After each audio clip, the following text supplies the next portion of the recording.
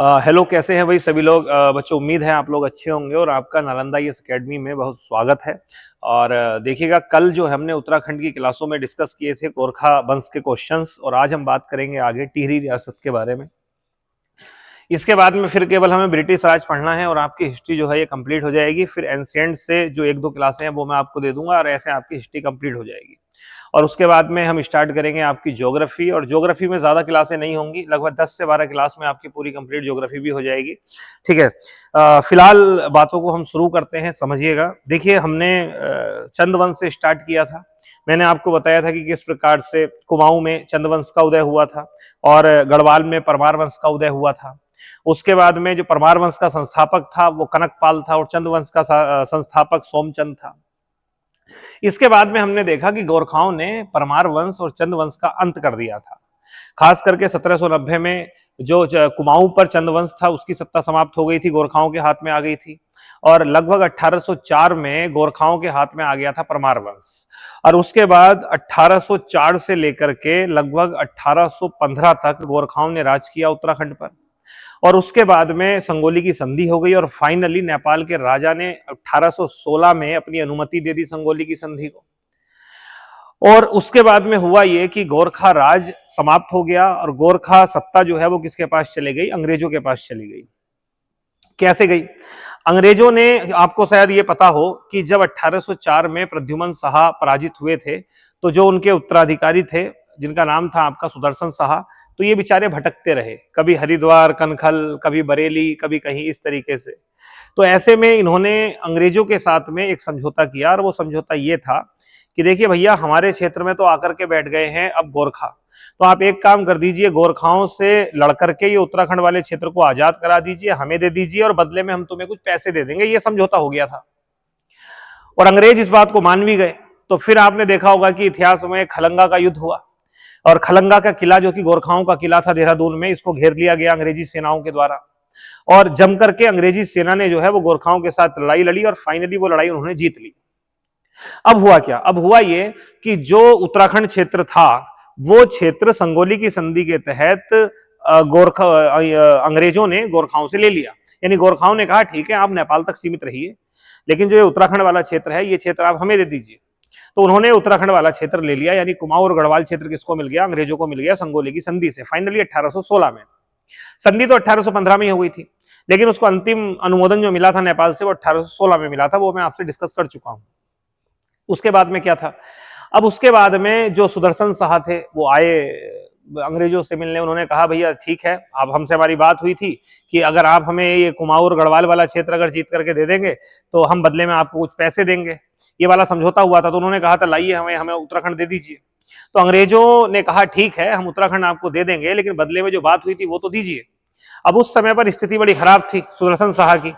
कहने का मतलब ये था कि पैसे पैसे के लिए और आम थे, और वो पैसा कैसे देते अंग्रेजों को?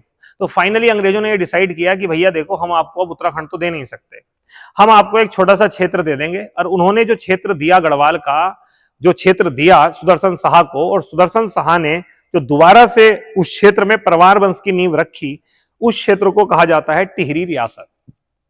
यानी आप ऐसा मान लीजिए कि टिहरी रियासत जो है ये परमार वंश के ही शासकों की है, लेकिन टिहरी रियासत बहुत छोटी है गढ़वाल राज्य से, क्योंकि बाकी का जो क्षेत्र है उस पर अब अधिकार कर लिया है अंग्रेजों ने। बाकी पर कहा अंग्रेजों ने कि ठीक है, इस पे तो हम राज करेंगे, और जो बाकी क्षेत्र है, जो थोड़ा बचा हुआ क्षेत्र था, वो क्षेत्र दे दिया सुदर्शन शाह को। और फिर सुदर्शन शाह ने वहां पर दोबारा से परमार वंश की नींव रखी। तो आपको यह समझ में आया होगा कि टिहरी रियासत की शुरुआत कैसे हुई। अच्छा, यहां पर एक बात यह ध्यान रखिएगा कि इस समय पर अब 1815 से लेकर के अब उत्तराखंड में दो शक्तियां रहेंगी एक साथ। एक तो छोटे से क्षेत्र में टिहरी रियासत, और दूसरा जो बाकी बचा हुआ क्षेत्र है वहां पर रहेंगे अंग्रेज। यानी पैरेलल दो लोगों का राज रहेगा। कुछ क्षेत्र में परमार वंश के शासक सुदर्शन शाह, उसके बाद में भवानी शाह, उसके बाद में प्रताप शाह, उसके बाद में कीर्ति शाह, फिर नरेंद्र शाह, फिर मानवेंद्र शाह। और इस तरीके से ये शासक रहेंगे। ये सब शासक परमार वंश के ही हैं। ये प्रद्युमन शाह के बाद में उनके उत्तराधिकारी हैं। तो सुदर्शन शाह सबसे पहला शासक गद्दी पर बैठा 1815 से, और लगभग ऐसे मानिए 1859 तक रहा। बहुत लंबा समय है। यानी आप देखेंगे कि टिहरी रियासत में ये आप अगर टाइम पीरियड देखें तो ये बहुत लंबा टाइम पीरियड है, बहुत ज्यादा लंबा। इसलिए सबसे टिहरी रियासत में सबसे लंबा राज करने वाला अगर शासक किसी को देखा जाता है तो वो सुदर्शन शाह को ही देखा जाता है। सुदर्शन शाह के बाद गद्दी पर बैठे हैं भवानी शाह, जो लगभग 1859 से 1871 तक रहे हैं। उसके बाद में प्रताप शाह, ये लगभग 1871 से 1886 तक रहे हैं। उसके बाद में कीर्ति शाह, फिर नरेंद्र शाह, उसके बाद मानवेंद्र शाह, और ये रहे हैं 1949 तक। अब आपके मन में एक बात ये आएगी कि सर हमारा देश आजाद हो गया 1947 में, और ये फिर 1949 तक कैसे रहे? तो था क्या, जैसे टिहरी रियासत थी ऐसे भारत में बहुत सारी रियासतें थी, लगभग ऐसी रियासतें 550 के आसपास थी। और जब हिंदुस्तान और पाकिस्तान दो मुल्क आजाद हुए, आपने एक योजना सुनी होगी माउंट बेटन योजना। आप कमेंट करके बताइएगा कि माउंट बेटन योजना कब प्रस्तुत की गई थी भारतीयों के समक्ष। तो ये जो माउंट बेटन योजना थी, इसे मनवाटन योजना कहते हैं, इसमें यह डिसाइड हुआ था कि भाई दो मुल्क आजाद होंगे, एक पाकिस्तान और एक भारत। लेकिन इसमें एक बात और थी कि जितनी भी रियासतें हैं वो चाहे तो स्वतंत्र रह सकती हैं, वो चाहे तो इंडिया या पाकिस्तान में जा सकती हैं। तो ऐसे में अब क्या हुआ, जब हमें आजादी मिल गई तो हमने पहली कोशिश ये करी कि जितनी भी रियासत हैं उन रियासतों को भारत में शामिल करवा लिया जाए, खास करके वो रियासतें जो कि भारतीय क्षेत्र में थी। और ये हमने काम इसलिए भी किया क्योंकि हमको ये लगता था कि कल के दिन को कोई रियासत ऐसा ना हो कि वो पाकिस्तान में चली जाए। तो एक ये भय भी था, ये डर भी था, और आपको पता होगा कुछ रियासतों ने परेशान भी किया था। जैसे जूनागढ़ रियासत का आपने नाम सुना होगा, जैसे कश्मीर तो खैर उन्होंने तो अपना स्वतंत्र रहने की योजना बनाई थी, ठीक है। आपने हैदराबाद रियासत का नाम सुना होगा। तो ऐसे ही भारत के एकीकरण का जो दायित्व सौंपा गया था वो सौंपा गया था सरदार वल्लभ भाई पटेल को, सरदार पटेल को। और सरदार पटेल ने हर रियासत से जाकर के बात करी। कुछ लोग तरीके से मान गए, कुछ लोग बात से मान गए, कुछ लाश से माने, जैसे मानना था वैसे माना लोगों ने। और नहीं तो फिर हमने जो है फिर वहां पर कुछ जगह पर हमने पुलिस कार्रवाई करके भी उनका हमने विलय करवाया। खैर 1949 जिस समय पर मानवेंद्र शाह थे, उस समय पर मानवेंद्र शाह ने विलय पत्र पर हस्ताक्षर कर दिए। उन्होंने कहा मैं टिहरी रियासत का विलय कर रहा हूं भारत में। और इस तरीके से 1949 में ये टिहरी रियासत का विलय भारत में हो गया। और जो ब्रिटिश शासन था वो तो 1947 में आजाद हो ही गया था। इस प्रकार से उत्तराखंड आपका भारत का भाग बन गया, भारत का अंग बन गया। अब मैं ये सोचता हूं कि अगर मान लीजिए अंग्रेज भारत ना आए होते तो क्या होता।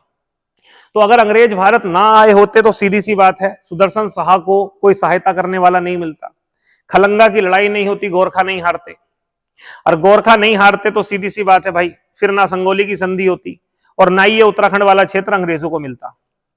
और फिर ये उत्तराखंड वाला क्षेत्र कहां, कौन से राज्य में चलता रहता? नेपाली राज्य में चलता रहता। और मैं जो ये तुम्हें आज क्लास पढ़ा रहा होता, हो सकता था कि नेपाली भाषा में पढ़ा रहा होता, और आप लोग इस समय पर आपके पास नागरिकता हो सकता है नेपाल की होती। ये खास करके मैं उनके लिए बता रहा हूं जो लोग उत्तराखंड के हैं। यानी कुछ चीजें होती हैं तो वो बुरी भी होती है और अच्छी भी होती है। हमें भारत का हिस्सा बनने का मौका मिला, ठीक है, तो उसमें एक ऐतिहासिक पहलू ये भी है, इस बात को ध्यान रखिएगा। संगोली की संधि का बहुत बड़ा महत्व है। खैर कोई बात नहीं, अब तो हम भारत का हिस्सा है। तो कुल मिलाकर के टिहरी रियासत में आप देखेंगे कितने राजा रहे हैं आपके, 6 राजा, सुदर्शन शाह, भवानी शाह, प्रताप शाह, कीर्ति शाह, नरेंद्र शाह, मानवेंद्र शाह। तो आराम से करके एक एक शासकों के बारे में हमें देखते हुए चलना है, एक एक को जानना है कि कैसे क्या है। बात करते हैं भाई, ठीक है, शुरुआत करते हैं। सबसे पहला शासक, फिर लास्ट में हम क्वेश्चंस पे डिस्कस करेंगे। सबसे पहला शासक है आपके सुदर्शन शाह। सुदर्शन शाह, सुदर्शन शाह।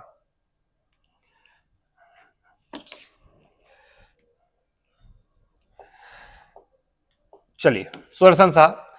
तो पहली बात तो यह है कि टिहरी रियासत के तो पहला शासक है। अगर आपसे क्वेश्चन पूछ ले कि टिहरी रियासत के पहले शासक कौन थे, तो भाई यही है। लेकिन मैंने आपसे एक बात तो ये कही है ना कि ये भले ही टिहरी रियासत के पहले शासक है, लेकिन परमार वंश के पहले शासक थोड़ी है। परमार वंश में तो वो लंबी सीरीज चलती हुई आ रही है कनकपाल के समय से। तो अगर परमार वंश के शासकों में बात करी जाती है तो इनको जो है वो 55वां शासक माना जाता है, 55वां राजा माना जाता है। हालांकि क्वेश्चन आपसे पूछे कि टिहरी रियासत की नींव रखने वाला शासक कौन था, सुदर्शन शाह। टिहरी रियासत का पहला शासक कौन था, आंसर होगा सुदर्शन शाह। वैसे परमार वंश का ये शासक कौन सा था आपका, 55वां शासक था। और किसका उत्तराधिकारी था, प्रद्युमन शाह का उत्तराधिकारी था। ये बात ध्यान रखिएगा। आपको याद होगा 1804 में खुड़बुड़ा का युद्ध हुआ था। उस खुड़बुड़ा के युद्ध में प्रद्युमन शाह जो है कि प्रद्युमन शाह की मृत्यु हो गई थी। और प्रद्युमन शाह की मृत्यु के बाद में उनका जो बड़ा पुत्र था सुदर्शन शाह, ये काफी समय तक राज परिवार के साथ कनखल हरिद्वार में रहे और गोरखा राज समाप्त करने हेतु संघर्षरत रहे। क्योंकि जिस समय हरिद्वार में थे उस समय पर आपको पता होगा कि उस समय गोरखाओं का राज आ गया था। तो टकाटक ये यही सोच रहे थे कि यार किस प्रकार से गोरखाओं का अंत किया जा सकता है, कैसे क्या हो सकता है, क्या क्या चीजें हो सकती है। और वहीं पर इनको एक ऑप्शन दिखाई दिया और वो दिखाई दी अंग्रेज, और तब इन्होंने अंग्रेजों से संधि करके और उन्हें इन्वाइट किया गोरखाओं से लड़ाई लड़ने के लिए। ठीक है, इस बीच हरिद्वार में रहे, इस बीच जो है ये कुछ समय के लिए बरेली भी रहे। लगभग 1809 से लेकर के 1811 तक ज्यादातर समय जो इन्होंने गुजारा वो अपना हरिद्वार में गुजारा। ये उस समय की बात है जब गोरखा शासन था। यह आप देखेंगे कि जब गद्दी पर बैठे हैं तो टाइम पीरियड 1815 है, क्योंकि वो तो 1815 में हुआ, लेकिन उससे पहले ज्यादातर हरिद्वार में रहे और कुछ समय इन्होंने बरेली प्रवास किया, यानी बरेली में रहे ये 1809 से 1811 तक 2-3 साल। और यहां पर ये कई लोगों से मिले, कैप्टन हियरसी से मिले, उसके अलावा और भी कोई लोगों से इनकी मुलाकात हुई। कश्मीर के राजा करमचंद, सिरमौन नरेश, कर्म प्रकाश की पुत्रियों से इन्हें विवाह वगैरह भी किया। ये सब काम भी जो है वो हुए हैं। इसको आप पढ़ लेना, उतना इंपोर्टेंट नहीं है, ये ध्यान रखिएगा। मेन बात क्या थी? मेन बात ये थी कि राज्य मिल गया किसको? सुदर्शन शाह को। अब सुदर्शन शाह का जो ये राज्य था, इस राज्य में कुल मिलाकर के 4 मंडल बांटे गए, यानी इनके उसमें 4 मंडल थे। देखिए, परमार वंश की अगर आप व्यवस्था देखेंगे और खास करके टिहरी रियासत की, तो इसमें क्या था? साम्राज्य। साम्राज्य का जो हेड होता था उसे बोलते थे राजा, या उसे बोलते थे बोलंदा बदरीस। बोलंदा बदरीस इनकी उपाधि थी। परमार वंश के जो शासक होते थे इन्हें बोलंदा बदरीस भी कहते थे। तो साम्राज्य का शासक होता था, वो होता था राजा। और उसके बाद साम्राज्य बटा हुआ होता था मंडलों में। मंडलों का प्रमुख होता था फौजदार। मैं लिख देता हूं कहीं पर, जो मंडल होते थे, जैसे मंडल है, मंडल का प्रमुख होता था फौजदार। मंडल बटे हुए होते थे आपका परगने में। परगने का प्रमुख होता था थोकदार। परगने बटे हुए होते थे पट्टी में, पट्टी। ठीक है, पट्टी। और पट्टी का प्रमुख होता था पटवारी। और उसके बाद पट्टी बटी हुई होती थी गांव में, और गांव का प्रमुख होता था मुखिया। इस प्रकार की एक व्यवस्था मौजूद थी। तो सुदर्शन शाह के समय जो मंडल थे, यानी जो टिहरी राज्य था, टिहरी राज्य को सुदर्शन शाह ने कितने मंडलों में विभाजित किया था? 4 मंडलों में विभाजित किया था। यह क्वेश्चन कभी हो सकता है आप पूछ ले कि सुदर्शन शाह द्वारा टिहरी राज्य की स्थापना हुई थी, उसमें कितने मंडल स्थापित किए गए थे? तो उसमें कितने मंडल स्थापित थे आपके? 4 मंडल स्थापित थे। यह काम जो है सुदर्शन शाह के द्वारा किया गया था। ठीक है, सुदर्शन शाह टिहरी में सर्वाधिक समय तक शासन करने वाले राजा थे, यह भी ध्यान रखिएगा। टाइम पीरियड देखेंगे आप 1815 से लगभग 1859 तक का काल है, यानी बहुत लंबा पीरियड, लगभग 45 साल तक राज किया है। इसलिए अगर यह क्वेश्चन पूछा जाए कि सर्वाधिक समय तक शासन किसने किया है, तो किसने किया है टिहरी रियासत में, तो वो किसने किया है? सुदर्शन शाह ने किया है। यह क्वेश्चन भी इंपॉर्टेंट है। कहते हैं कि स्थिति एक बार तो इतनी बेकार हो गई थी सुदर्शन शाह की, क्योंकि मैंने बताया ना, काफी समय तक बेदखल रहना पड़ा, कनखल में रहना पड़ा, हरिद्वार में, उसके बाद बरेली में रहना पड़ा, बड़ी मुसीबत में रहना पड़ा। कई बार तो एक जानकारी मिलती है, कहा जाता है कि आर्थिक संकट के काल में सुदर्शन शाह ने मात्र 3000 रुपयों के बदले देहरादून तथा चंडी परगने को गिरवी रख दिया था, जिस विक्रय पत्र पर सुदर्शन शाह के हस्ताक्षर हैं। यानी अपने परगनों को गिरवी रखना पड़ रहा था, उनके राजस्व अधिकारों को बेचना पड़ रहा था, केवल चंद पैसों के कारण से। ऐसी स्थिति भी जो है वो टिहरी रियासत में देखने के लिए मिली है। खैर, आगे बढ़ के आगे बात करते हैं क्या हुआ। तो लंबे समय तक ये बाहर रहे। उसके बाद में बाहर का मतलब ये रहा कि बसते रहे। उसके बाद में हुआ क्या कि 1815 में अंग्रेजों ने गढ़वाल से गोरखा राज समाप्त कर दिया। अब यहां 1815 में समाप्त कर दिया है, फाइनली नेपाल के राजा ने जो अनुमोदन दिया है वो 1816 में दिया है, संगोली की संधि को। और सुदर्शन शाह को युद्ध हर्जाने चुकाने में असमर्थ हो जाने के कारण अस्थायी सनद की शर्तों के तहत टिहरी भेज दिया गया, क्योंकि उन्होंने जो कहा था कि मैं इतने रुपए बदले में दे दूंगा, वो उन्होंने चुकाए नहीं। तो उन्होंने कहा ठीक है भाई, अब तुम्हें उत्तराखंड तो मिलेगा नहीं, अब तुम क्या करो, टिहरी रियासत में बैठो। तो ये कुछ बातें थी जो सुदर्शन शाह के बारे में महत्वपूर्ण थी। आगे बात करते हैं और क्या क्या महत्वपूर्ण है। सुदर्शन शाह के समय 1820 में, 1815 से 1859 तक का काल रहा है, तो 1820 सिंपल सी बात है, इनका ही टाइम पीरियड है। 1820 में ब्रिटिश पर्यटक मूर क्राफ्ट ने गढ़वाल की यात्रा करी थी। स्टार लगा दीजिए, 3 इंपोर्टेंट है। ये मैंने पूरी स्लाइड दे दी आपको टिहरी रियासत की। आप इसे पूरे को निकलवा लेना, पूरे को पढ़ लेना, मैं इसे कंप्लीट करा दूंगा, मुझे लगता है 2 क्लासों में कंप्लीट हो जाएगी पूरी सीट। ठीक है, तो आप इसको एक साथ निकाल लेना और साथ में अगर पढ़ते हुए निकाल के रखोगे तो ज्यादा अच्छा लगेगा। तो पर्यटक मूरक्राफ्ट ने गढ़वाल की यात्रा की थी, ये बात ध्यान रखिएगा, इंपॉर्टेंट है। सुदर्शन शाह द्वारा 1824 में रवाई परगने को टिहरी राज्य में मिलाया गया। एक तो ये इंपॉर्टेंट है, रवाई परगना। परगना मतलब ऐसे समझिए कि तहसील स्तर का एक क्षेत्र। मैंने बताया ना, जो राज्य था वो मंडलों में बटा हुआ था, मंडले परगने में बटे हुए थे। तो एक परगना था जिसका नाम था रवाई परगना, और ये जो रवाई परगना था इसको शामिल जो किया था टिहरी रियासत में वो 1824 में किया गया था सुदर्शन शाह के समय। और ये इंपॉर्टेंट है, आगे में इसी से संबंधित इसी परगने में एक काम होगा जिसे हम बोलेंगे रवाई कांड। रवाई कांड, या इसे ही कहा जाता है आपका तिलाड़ी कांड। ठीक है, रवाई कांड या तिलाड़ी कांड, ये अब नहीं होगा, ये लगभग 100 साल बाद होगा।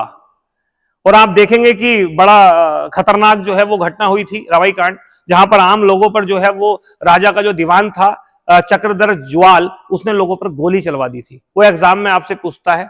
इसी बार जो उत्तराखंड पीसीएस का मेंस हुआ था, इसमें भी आपके हिस्ट्री वाले उसमें क्वेश्चंस लिखने के लिए आए थे रवाई कांड से। ठीक है, वो तो पता नहीं आयोग के कैसे पूछते हैं, उन्होंने एक बार पूछ लिया तिलाड़ी कांड के बारे में लिखिए और एक बार पूछ लिया रवाई कांड के बारे में लिखिए। शायद उनको यही नहीं पता था कि दोनों कांड एक हैं, तो दोनों एक ही थे। खैर, ये ध्यान रखिएगा कि रवाई परगने को जो शामिल किया गया था ये 1824 में किया गया था। खैर, ये जो कांड हुआ था ये घटना हुई थी लगभग 1930 में, और इस समय पर जो यहां का शासक था वो था नरेंद्र शाह। मैंने अभी बताया था ना आपसे कि कई सारे शासक हुए, 6 शासक हुए। तो जो सेकंड लास्ट शासक था जिसका नाम था नरेंद्र शाह, उस नरेंद्र शाह का ही एक दीवान था जिसका नाम था चक्रधर ज्वाल। इसका नाम था चक्रधर ज्वाल। और ये चक्रधर ज्वाल ये वही व्यक्ति है जिसे लोग कहते हैं कि ये जो था वो मतलब इसको उत्तराखंड का जनरल डायर माना जाता है।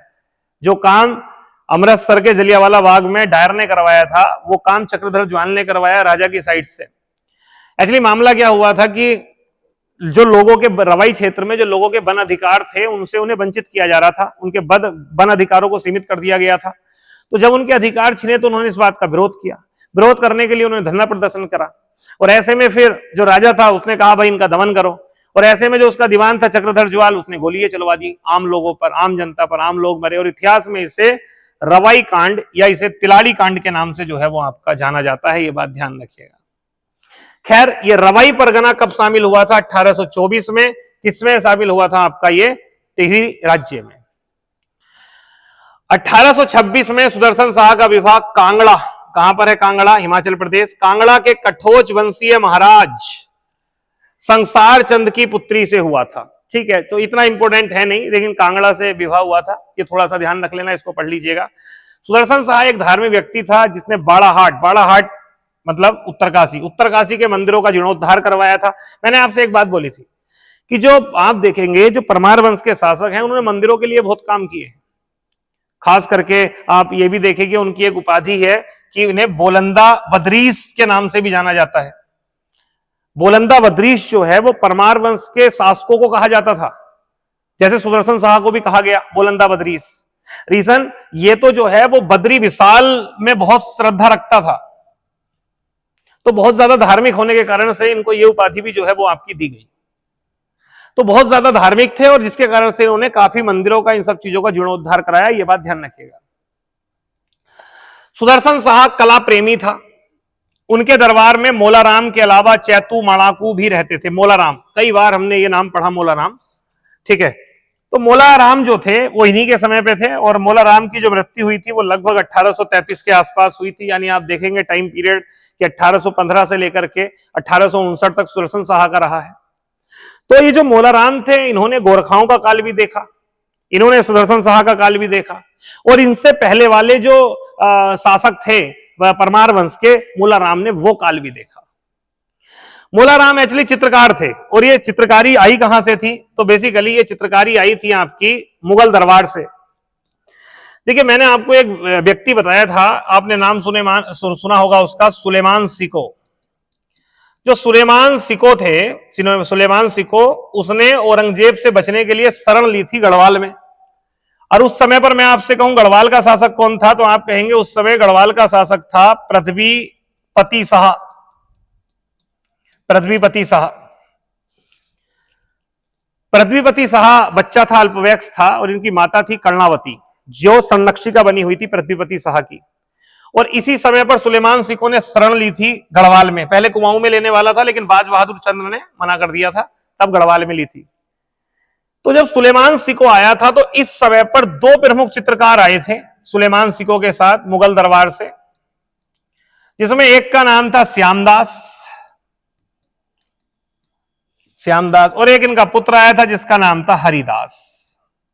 तो श्यामदास और हरिदास ये दो चित्रकार थे जो इनके साथ आ गए। उन्होंने भी शरण ली, क्योंकि उनको भी ये लगता था कि, क्योंकि वो सीधी सी बात है, सुलेमान सिको के साथ एक टस था, क्योंकि औरंगजेब अगर शायद पकड़ता तो हो सकता है वो इन लोगों का भी दमन कर देता, चित्रकारों का भी, क्योंकि औरंगजेब ने वो सब चीजों पर रोक लगाने की कोशिश करी जो इस्लाम के खिलाफ थी।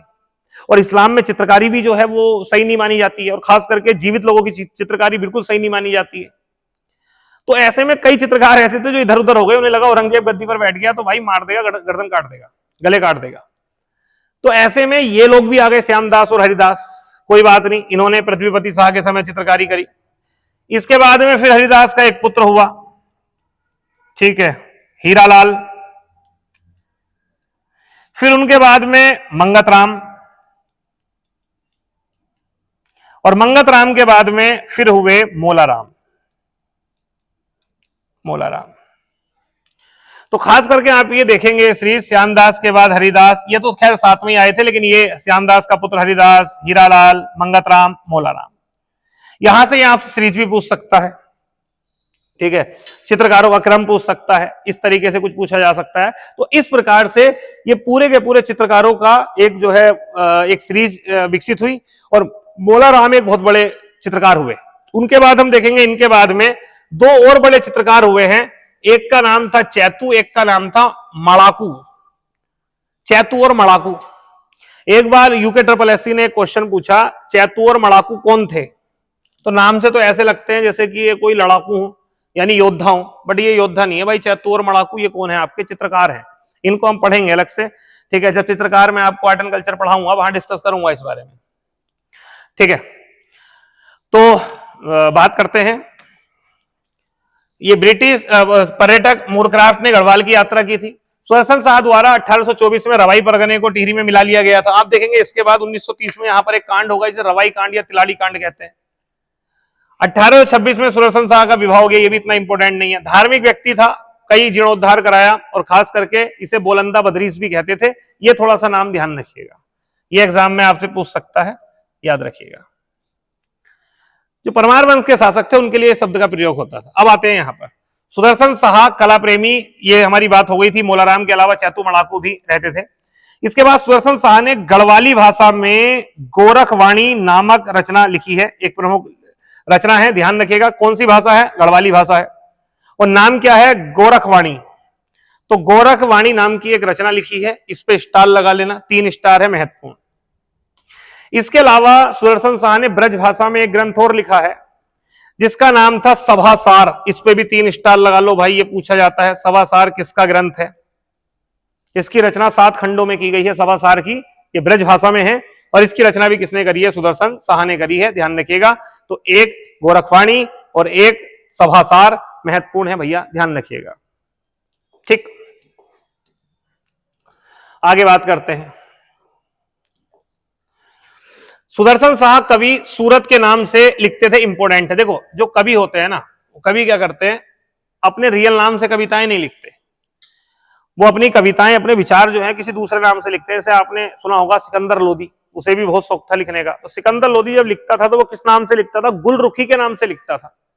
ऐसे ही सुदर्शन शाह जो कुछ लिखते थे वो किस नाम से लिखते थे? सूरत के नाम से लिखते थे, सूरत, ठीक है, यानी लास्ट में लिख दिया सूरत, तो वो इस नाम से लिखा करते थे। ये क्वेश्चन आपसे पूछ सकता है कि कौन सा कवि या कौन सा शासक जो है वो सूरत के नाम से कविताएं लिखा करता था या रचनाएं लिखता था, तब इसका आंसर क्या होगा? सुदर्शन शाह।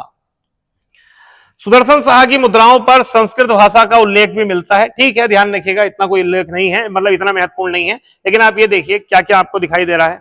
आपको गढ़वाली भाषा की पुस्तक भी दिखाई दे रही है, गोरखवाड़ी। आपको ब्रज भाषा में सभासार भी दिखाई दे रहा है। आपको मुद्राओं पे संस्कृत लिखी हुई भी दिखाई दे रही है। ठीक है, तो आप काफी भाषाओं का समावेशन भी देख रहे होंगे सुदर्शन साहा के समय पर। इसके अलावा एक और जो इंपोर्टेंट बात है, हालांकि इतना इंपोर्टेंट नहीं है क्योंकि टिहरी रियासत में बहुत सारे आंदोलन हुए, लेकिन टिहरी रियासत में एक पहला आंदोलन हुआ था, और ये आंदोलन जो है, ये आंदोलन सुदर्शन साहा के समय ही हुआ था। आंदोलन क्या था? आंदोलन होता यह था कि जैसे मान लो कि जो राज्य की जमीन होती थी, तो उस जमीन से कौन टैक्स वसूलेगा, यह दायित्व किसी व्यक्ति को दिया जाता था। तो बेसिकली जिन्हें जमीन वगैरह दी जाती थी, जिन्हें दायित्व दिया जाता था टैक्स कलेक्शन का, इन सब का, उसे बोलते थे मुआफीदार। मुआफीदार का मतलब एक तरीके से आप जमींदार मान लीजिए। इसके समय पर, सुदर्शन साहा के समय पर, कुछ लोग, जिसमें एक नाम था गोविंद सिंह बिष्ट और एक नाम था शिवदत्त, ये अपने को स्वतंत्र मुआफीदार बनाने का प्रयास कर रहे थे। स्वतंत्र मुआफीदार का मतलब क्या हो गया कि भैया हम अलग रहेंगे, हम टिहरी रियासत के राजा को टैक्स क्यों देंगे, हमारा अपना है, अपनी जागीर है, हम वहां पर टैक्स वसूलेंगे। तो ये लोग अपने को स्वतंत्र मुआफीदार बनाने की कोशिश कर रहे थे, यानी अपने को एक स्वतंत्र जागीरदार बनाने की कोशिश कर रहे थे। और इसी कारण से जो है ये इन्होंने राजस्व वसूली करनी शुरू कर दी थी अपने नाम पर। तो राजा ने उनके विरुद्ध कठोर कदम उठाए, तो उन्होंने अव्यवस्था उत्पन्न करने का प्रयत्न किया। सुदर्शन साहा के समय सकलानियों तथा रावलटाओं ने गोविंद बिष्ट के नेतृत्व में आंदोलन कर दिया। तो मामला बहुत बड़ा भी नहीं है, मामला छोटा था कि खास करके कुछ लोग, गोविंद सिंह बिष्ट और एक नाम था आपका शिवदत्त, ये लोग चाह रहे थे कि हम लोग स्वतंत्र मुआफीदार बन जाएं और हम लोग राजा को टैक्स ना दें, हम अपने हिसाब से अपना कर वसूलेंगे, टैक्स वसूलेंगे, अपना रखेंगे, अपना काम करेंगे। और इस कारण से कुछ लोगों ने, जब राजा ने दमन करने की कोशिश करी, तो वहां के कुछ लोगों ने, सकलानियों और रावलटाओं ने जो है वो विद्रोह कर दिया। किसके नेतृत्व में? इस गोविंद सिंह बिष्ट के नेतृत्व में आंदोलन कर दिया। यह टिहरी रियासत का पहला आंदोलन था। इससे पहले परमार राज्य में बहुत आंदोलन हुए, इसके बाद में आप देखेंगे आंदोलन होंगे, लेकिन पहला आंदोलन जो था वो ये था। खैर बहुत ज्यादा इंपॉर्टेंट नहीं है, बट आपसे अगर ये क्वेश्चन पूछ ले कि पहला जन आंदोलन किस टिहरी रियासत के समय, मतलब किस शासक के समय हुआ था, तब उसका आंसर है सुदर्शन साहा। ध्यान रखिएगा। 4 जुलाई 1935 को एक निर्णय जारी किया गया था राजा के द्वारा। यह खास करके जन विद्रोह के खिलाफ ही था। जब ऐसा जन विद्रोह, लोग ऐसा करने लगे, ऐसे मतलब अपने को स्वतंत्र मुआफीदार बनाने लगे, अपने को किसी जागीर का मालिक समझने लगे, तो ऐसे में 1935 में एक निर्णय जारी किया गया था, जिसके तहत राजा को राज्य में सर्वोपरि मानते हुए कहा गया कि राजा से जागीर प्राप्त करता यानी मुआफीदार राजा की अवज्ञा करे तो राजा को उसकी सेवाएं समाप्त करने तथा उसे प्रदत्त जागीरों को वापस लेने का पूर्ण अधिकार होगा। क्लियर कर दिया गया 1835 में कि राजा अगर किसी को जागीर देगा, यानी जो मुआफीदार होगा, अगर वो अवज्ञा करता है तो ऐसे में उसके वो अधिकार छीन लिए जाएंगे। ये पहली घोषणा करनी पड़ी 1835 में। किसको? सुदर्शन साहा को। ध्यान रखिएगा।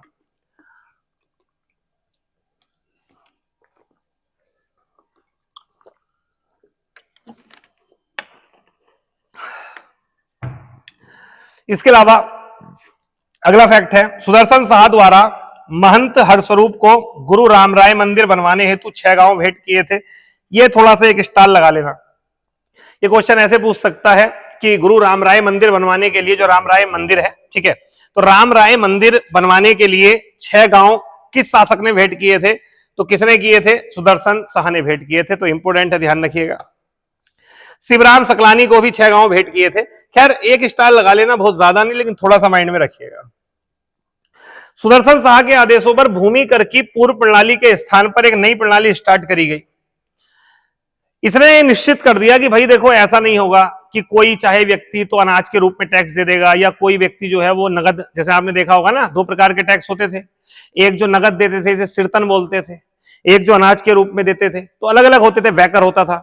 तो इसने क्या किया, इसने कहा देखो जो आपका टैक्स बनेगा उसका 1/भाग आप अन्न दोगे, 1/भाग अन्न दिया जाएगा, और 7/8, 1/8 भाग अन्न और 7/8 भाग जो है वो आप नगद राशि के रूप में देंगे। एग्जाम्पल से बताता हूं, जैसे मान लीजिए किसी का टैक्स 8 रुपए बना, तो वो उसमें से 1 रुपए का अनाज दे सकता है और 7 रुपए वो नगद देगा।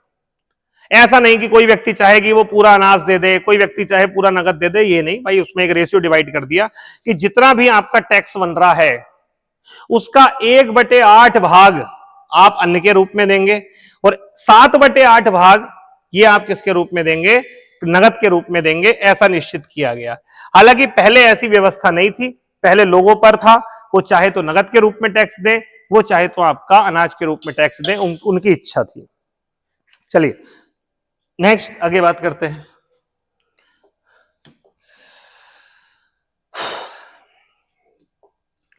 सुदर्शन साहा ने गांव की व्यवस्था और भू राजस्व निर्धारण हेतु कमीण तथा सयाणा की नियुक्ति की। ये तो आप जानते होंगे, कमीण और सयाणा, ये मैंने आपको परमार वंश में पहले भी पढ़ाया था, तो ये नाम ध्यान रखिएगा, कमीण और सयाणा। ठीक है, ये भू राजस्व हेतु वसूली, मतलब भू राजस्व की वसूली का काम इन लोगों को दिया जाता था, कमीणा और सयाणा को। राज्य में ब्रिटिश गढ़वाल के समान दीवानी तथा फौजदारी न्यायालयों की स्थापना की गई। इंपॉर्टेंट है भाई, समझिए, ब्रिटिश गढ़वाल के समान, यानी आपको पता होगा कि अब गढ़वाल के तो 2 पार्ट हो गए, एक जो परमार वंश के राजा के अधीन चल रही है टिहरी रियासत, और एक जो अंग्रेजों के अधीन। तो अंग्रेजों ने क्या कर रखा था, उनकी एक न्याय व्यवस्था थी, और न्याय व्यवस्था 2 प्रकार की होती है, मतलब न्याय व्यवस्था तो एक ही है, लेकिन न्याय व्यवस्था मामलों के आधार पर 2 प्रकार की होती है। एक होता है जिसे दीवानी मामले कहते हैं, एक होता है जिसे फौजदारी न्यायालय कहते हैं। अब दीवानी न्यायालय क्या होते हैं, जिसमें जमीन जायदाद के मामले निपटाए जाते हैं, जो विवादास्पद मामले हैं जमीन जायदाद के, ठीक है, विवाह, तलाक, ऐसे कोई मामले हैं वो निपटाए जाते हैं। और फौजदारी मामले जो होते हैं जी, ये होते हैं क्रिमिनल मामले, क्राइम वाले मामले, जिसमें जैसे किसी की मारपीट कर दी, छेड़छाड़ कर दी, किसी का मर्डर कर दिया, चोरी कर दी, ऐसे मामले। बात समझ रहे हैं? तो 2 प्रकार के होते हैं, एक होता है दीवानी मामले, एक होते हैं फौजदारी मामले। होता क्या है कि जैसे अभी वर्तमान में मैं बात करूं, जिला अदालत होती है, तो जिला अदालत में ऐसा नहीं है कि भाई ये फौजदारी अदालत यहां है, दीवानी नहीं, एक ही जज होता है। जब वो दीवानी मामले की सुनवाई करता है जब उसे डिस्ट्रिक्ट जज बोल देते हैं, और जब वो आपराधिक मामले की सुनवाई करता है तब उसे सेशन जज बोल देते हैं। सेशन जज यानी सत्र न्यायाधीश, व्यक्ति एक ही होता है। तो खैर ये मामलों के आधार पर विभाजन है। सुदर्शन साहा ने भी यही काम किया, जिस प्रकार से ब्रिटिश गढ़वाल में न्याय व्यवस्था मौजूद थी, उसी प्रकार की व्यवस्था कहां पर लागू करने की कोशिश की गई, टिहरी रियासत में लागू करने की कोशिश की गई। ये बात ध्यान रखना। इस पे 3 स्टार लगाना, ये बहुत इंपॉर्टेंट बात है। आपने इतिहास में एक बड़ी क्रांति सुनी होगी नाम, जिसका नाम है 1857 की क्रांति। 1857 की क्रांति, जिसे 1857 का विप्लव भी कहते हैं, 1857 का विद्रोह भी कहते हैं, जिसमें आपने बहुत बड़े नाम सुने होंगे। आपने रानी लक्ष्मीबाई का नाम सुना होगा, ठीक है, आपने कुंवर सिंह का नाम सुना होगा, आपने और जाने नाना साहब का नाम सुना होगा, ठीक है, बेगम हजरत महल का नाम सुना होगा। आप देखेंगे जो 1857 की क्रांति है, उस समय पर यहां का शासक कौन है टिहरी रियासत का, तो वो है सुदर्शन साहा। और सुदर्शन साहा का जो राज्य है टिहरी रियासत, ये अंग्रेजों की देन पर बना हुआ है, तो ये तो कभी खिलाफ जा ही नहीं सकते। तो सुदर्शन साहा ने साथ दिया था अंग्रेजों का, 1857 के विद्रोह में साथ दिया अंग्रेजों का। और तब अंग्रेजों ने खुश होकर के जो बिजनौर जनपद था, जो बिजनौर है, जिसकी उत्तराखंड से सीमा लगती है, जो तराई क्षेत्र में है, बिजनौर जनपद का क्षेत्र प्रदान करने की बात की गई, यानी पुरस्कार के रूप में बिजनौर जनपद का क्षेत्र जो है वो टिहरी रियासत के अधीन देने की बात की गई। ठीक है, तो खैर ये इतना इंपॉर्टेंट नहीं है, जितनी इंपॉर्टेंट बात यह है कि 1857 के विद्रोह के समय जो रिवोल्ट हुआ था 1857 का, उसके समय टिहरी रियासत का कौन सा शासक था, सुदर्शन साहा, क्योंकि 1859 तक रहा है, 1859 तक रहा है। इसके अलावा भाई कुछ खास बातें हैं, कुछ उपाधियां दी गई हैं सुदर्शन साहा को। एक तो अजब राम, अजब राम ने राजा को दाता, ज्ञाता, सूरमा, तो ये क्वेश्चन पूछ लेगा, दाता, ज्ञाता, सूरमा, ये किसकी उपाधि है, सुदर्शन साहा की। किसने दी है, अजब राम ने कहा है। एक है कवि भजन राय, भजन राय ने इसे कहा है दृढ़ वचन वाला तथा भक्त दर्शन में योग्य, भक्त दर्शन में योग्य और प्रजा वत्सल। तो 3 नाम है, एक है दृढ़ वचन वाला, दृढ़ वचन वाला मतलब जो सोच ले वही करता रहता है, मतलब वही करके रहेगा, ठीक है, तो दृढ़ वचन वाला, भक्त दर्शन में योग्य और प्रजा वत्सल, प्रजा की हमेशा सोचने वाला, प्रजा का प्रिय व्यक्ति जो है वो कहा है किसको? सुदर्शन साहा को। खैर ये तो इतना इंपॉर्टेंट नहीं है, लेकिन ये एक बार ध्यान रख लेना, दाता, ज्ञाता और सूरमा ये किसने कहा है? अजब राम ने कहा है।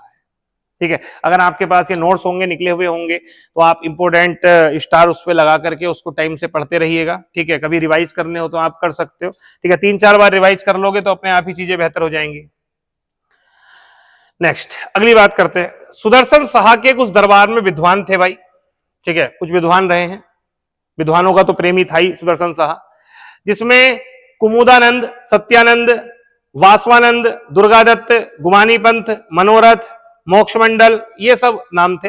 अब इनको तो इतना आप याद नहीं करोगे, क्योंकि इनको अगर आप याद करोगे तो बड़ा मुश्किल हो जाएगा आपके लिए, क्योंकि याद होंगे भी नहीं, भूल भी जाओगे। तो आपने क्या करना है कि ठीक है, एक मोटी मोटी झलक मार लेना, लेकिन कुछ जो इंपॉर्टेंट बात है वो मैं आपको बता देता हूं, वो क्या क्या है। तो सुदर्शन साहा से संबंधित जानकारियां हमें मिलती है कुमुदानंद के द्वारा रचित एक है आपका काव्य, जिसका नाम है सुदर्शनोदय काव्य। जैसे मानोदय काव्य थी, याद करिए, मानोदय काव्य, तो वैसे ही ये है सुदर्शनोदय काव्य। स्टार लगा लेना 3 कि सुदर्शनोदय काव्य किसकी है? ये कुमुदानंद की है, कुमुदानंद की। और इससे ही जानकारी मिलती है बड़े पैमाने पर किसकी? सुदर्शन साहा की। तो ये इंपोर्टेंट है, ध्यान रखिएगा। अनेक संस्कृत ग्रंथों के रचयिता हरिदत्त शर्मा सुदर्शन साहा के राजकवि तथा धर्माध्यक्ष थे। इंपोर्टेंट है, ये क्वेश्चन पूछ सकता है, एक स्टार लगा देना। हरिदत्त शर्मा किसके राजकवि थे? सुदर्शन साहा के राजकवि थे। हरिदत्त द्वारा ही सुदर्शन साहा कालीन 2 बाड़ाहाट प्रशस्तियां भी लिखवाई गई। 2 प्रशस्तियां, 2 लेख लिखवाए गए उत्तरकाशी में, इन्हें बाड़ाहाट प्रशस्तियां कहते हैं। तो क्वेश्चन पूछेगा कि सुदर्शन साहा की 2 बाड़ाहाट प्रशस्तियां किसके द्वारा लिखवाई गई? तो नाम है हरिदत्त। हरिदत्त शर्मा कौन थे? सुदर्शन साहा के राजकवि थे, और राजकवि के साथ साथ धर्माध्यक्ष भी थे। कोई भी धार्मिक निर्णय होता था, क्या करना है, तो उसमें भी अपनी वो राय देते थे, उसे बोलते थे धर्माध्यक्ष। तो ये धर्माध्यक्ष भी थे। मोलाराम ने सुदर्शन साहा की आलोचना हेतु सुदर्शन दर्शन नामक पुस्तक लिखी। स्टार लगा लीजिए। अच्छा, एक बात आती है कि जी मोलाराम की और सुदर्शन साहा की बनती नहीं थी, नहीं बनती थी। उसका रीजन ये था कि जब मोलाराम गोरखाओं के समय भी थे, तो जब ये मोलाराम गोरखाओं के समय थे तो उन्होंने गोरखाओं की कुछ तारीफें भी करी। तो जब उन्होंने गोरखाओं की तारीफें करी तो बाद में सुदर्शन साहा को ये बात अच्छी नहीं लगी कि यार ऐसा शोषणकारी लोग थे वो उनकी, और तुमने उनके सम्मान में चीजें कर दी। तो इसलिए मोलाराम की और सुदर्शन साहा की बनती नहीं थी, और यही कारण है कि मोलाराम ने सुदर्शन साहा की आलोचना करी है। किसमें? सुदर्शन दर्शन में। उन्होंने उसे राजा को सूम, कृपण और खसिया नृप कहा है। ये जो शब्द हैं ये हीन धोतक शब्द हैं, जो किसके लिए इस्तेमाल हुए हैं? सुदर्शन साहा के लिए इस्तेमाल हुए हैं। और किसने करे हैं? मोलाराम ने करे हैं। कौन सी पुस्तक में करे हैं? सुदर्शन दर्शन में करे हैं। और क्यों, मैंने आपको बता दिया। गोरखाली शासन, गोरख्याणी समझते हो ना, गोरखाली शासन जो गोरखाओं का शासन था, गोरखाली शासन के दिनों में मोलाराम ने गोरखा शासकों की जो प्रशंसा की थी, उसके कारण सुदर्शन साहा मोलाराम से खिन्न थे और उसे महल नहीं दिया था। मतलब पसंद नहीं करते थे, आप ऐसे मान लीजिए। तो मोलाराम को पसंद ही नहीं करते थे ना, मोलाराम को जो सपोर्ट मिलनी चाहिए थी राज दरबार से वो प्राप्त हुई, उसका ध्यान ही नहीं दिया गया मोलाराम जी का। तो ऐसे में मोलाराम ने जो है वो एक ग्रंथ लिखा, और जिसमें उसको राजा को, सुदर्शन साहा को घटिया बताया, खसिया नरब बताया। तो ये इंपोर्टेंट है, इसको आप ध्यान रखिएगा, महत्वपूर्ण है। ठीक है, तो इतनी बातें सुदर्शन साहा के बारे में एटलीस्ट ध्यान रखिएगा। उसके बाद अगला शासक है भवानी साहा। ठीक है, तो मुझे लगता है कि इतना क्लियर हुआ होगा। ठीक है, सुदर्शन साहा के बारे में हमने बात करी, सुदर्शन साहा कैसे टिहरी राज्य की स्थापना हुई है। ठीक है, टिहरी राज्य का, टिहरी रियासत का पहला शासक है, परमार वंश का 55वां शासक हम इसे कह सकते हैं। ठीक है, और खोड़बुड़ा के लड़ाई के बाद में, प्रद्युम्न साहा के बाद में इधर उधर भटकता रहा। फिर उसके बाद सत्ता जो है वो स्थापित हुई, उस पर हमने बात करी। 4 मंडलों में अपने राज्य को बांट रखा था, सबसे लंबे समय तक शासन करने वाला शासक रहा। ठीक है, उसके अलावा पर्यटक मूरक्राफ्ट इसके समय पर आए थे। रवाई परगना 1824 में जो है वो टिहरी रियासत का अंग बन गया था। ठीक है, बोलंदा बदरीस जो है वो सुदर्शन साहा को कहा गया है। केवल ये सुदर्शन साहा को नहीं, परमार वंश के शासकों को ही कहा जाता था क्या, बुलंदा बदरीस, ये बात ध्यान रखिएगा। उसके अलावा पहला जन विद्रोह जो हुआ वो भी इसी के समय पर हुआ, ठीक है। और मंदिर बनवाने के लिए कई गांव इसने जो है वो भेंट में दिए, दान में दिए, वो सब हमने देख लिया था। खास करके एक वसूली की इसने एक तरीका डेवलप किया जिसमें वो रेशियो था 1/8 और 7/8 वाला, 1/8 अन्न और 7/8 जो है वो नगद, ठीक है। तो ये सब चीजें हैं, इसको आप जो है वो ध्यान रखिएगा, ठीक है। और मुझे लग रहा था कि मैं इनको शासकों को पूरा कंप्लीट करा दूंगा, लेकिन होता क्या है कि ये क्लास जो है वो आपको भले दोपहर में आपके लिए बनानी पड़ती है, ठीक है, तो धूप बहुत होती है और सुबह से कंटिन्यू आपकी चलती है ऑफलाइन क्लास है, तो इस समय तक बॉडी थोड़ी थक भी जाती है, ठीक है। तो बड़ा मुश्किल हो जाता है 1 घंटे की क्लास लेना लंबी, तो इसलिए सोचता हूँ कि 40-42 मिनट की क्लास में ही आपको चीजें प्रोवाइड करवाई जाए। खैर कोई बात नहीं, इससे आगे की कहानी मैं अगली क्लास में डिस्कस करूंगा। आप इसको एक बार निकलवा लेना पूरे को, और फिर इससे आगे का हम अगली क्लास में डिस्कस करेंगे, ठीक है। ओके बाय बाय, आज इतना ही रखते हैं।